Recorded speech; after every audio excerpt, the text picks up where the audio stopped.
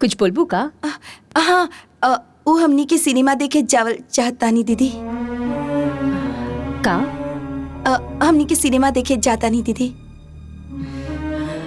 अब शादी भला के 7 दिन ना भाई और तू सिनेमा जाइबू?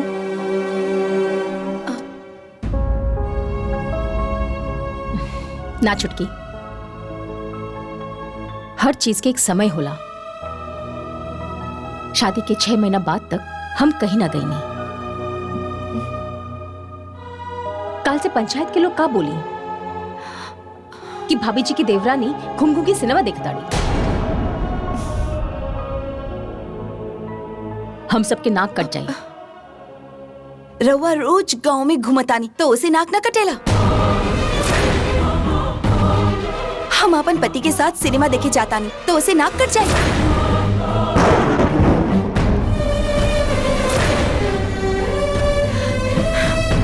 छुटकी, रउआ नहीं चाहता नहीं कि हम जाई, ठीक बा तो हम ना जाई।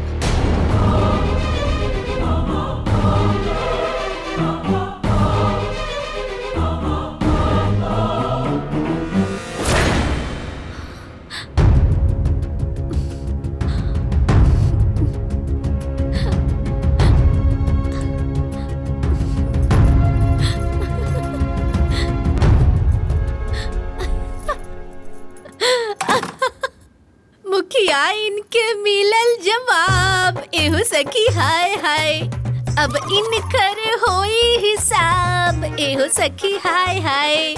नाक में नकेल डाली हमरा के रखली, अब हमर होई कमाल, एहो सखी हाय हाय।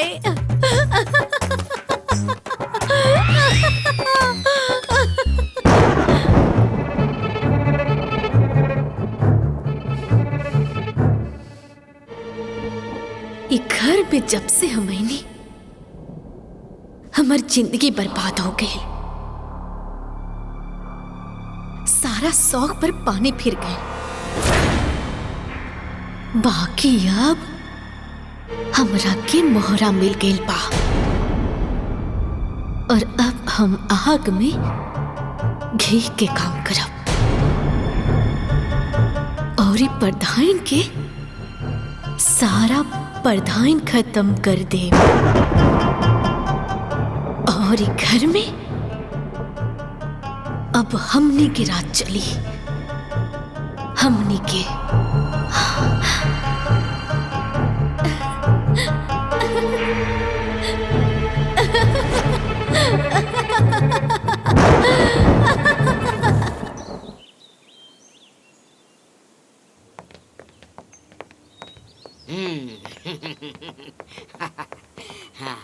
आवा आवा रख दा।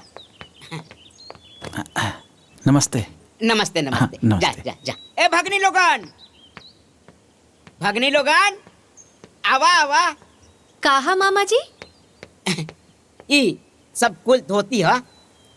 ना ना, ये तो साड़ी है।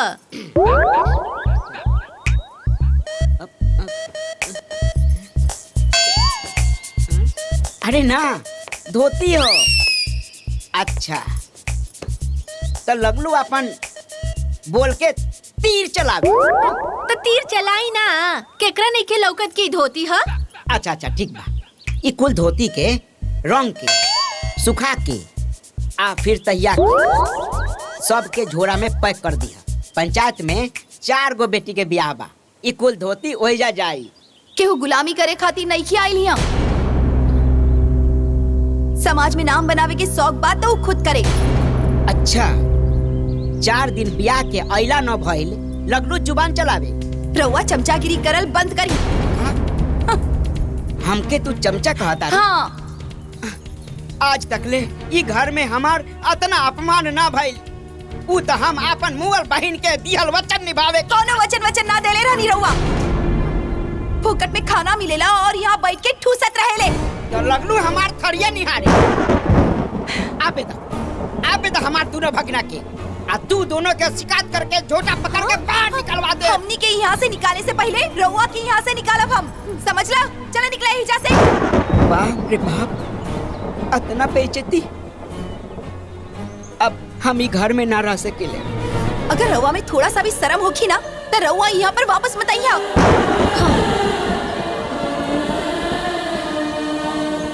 ठीक बा, हम जाता नहीं। निकली।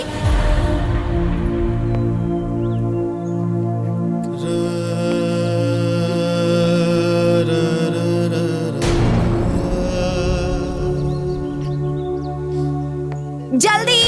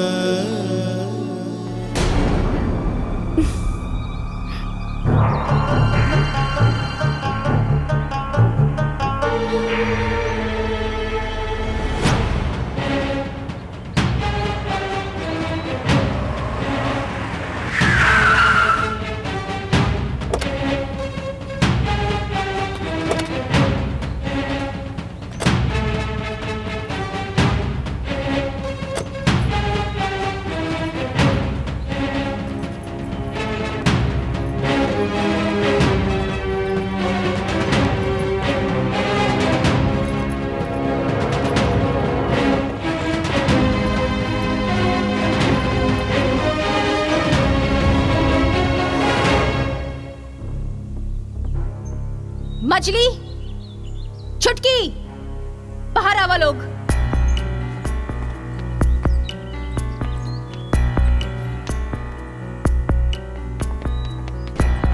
का भेल भाभी?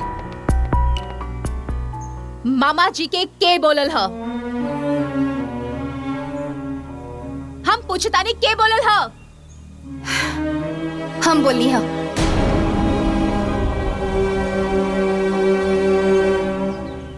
काहे बोललू ह?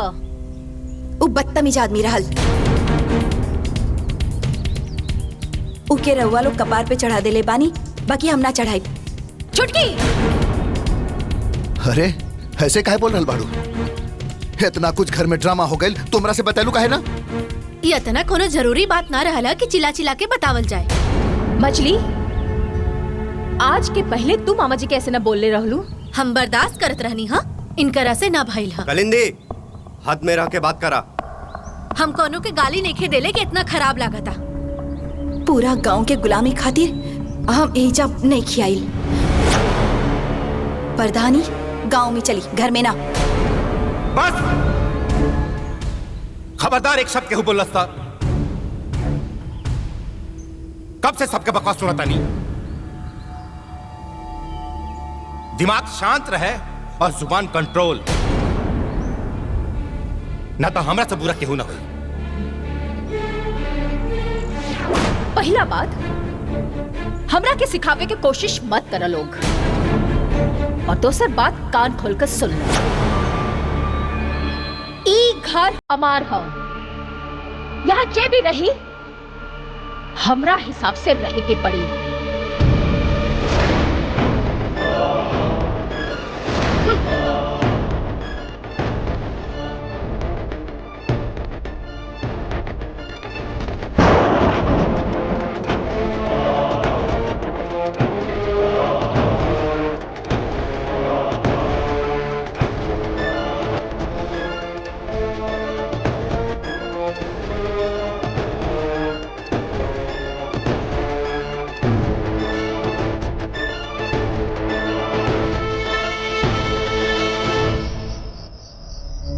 रउआ सामने ऊ लोग इतना कुछ बोली हा, बाकी रउआ एक को शब्द ना बोली हा। ना बोलू हो मतलब तू जौन कहलू हो सही कहलू हो का?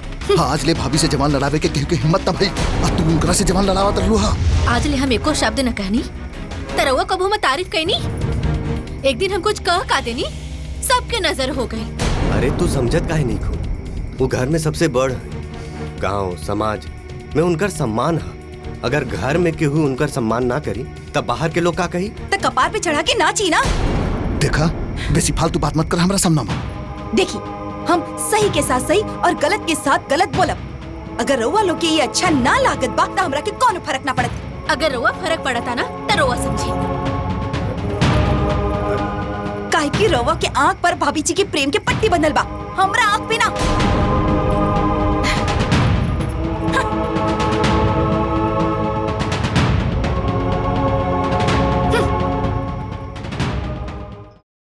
पूरा फिल्म देखे खातिर अभी डाउनलोड करी दंगल प्ले ऐप।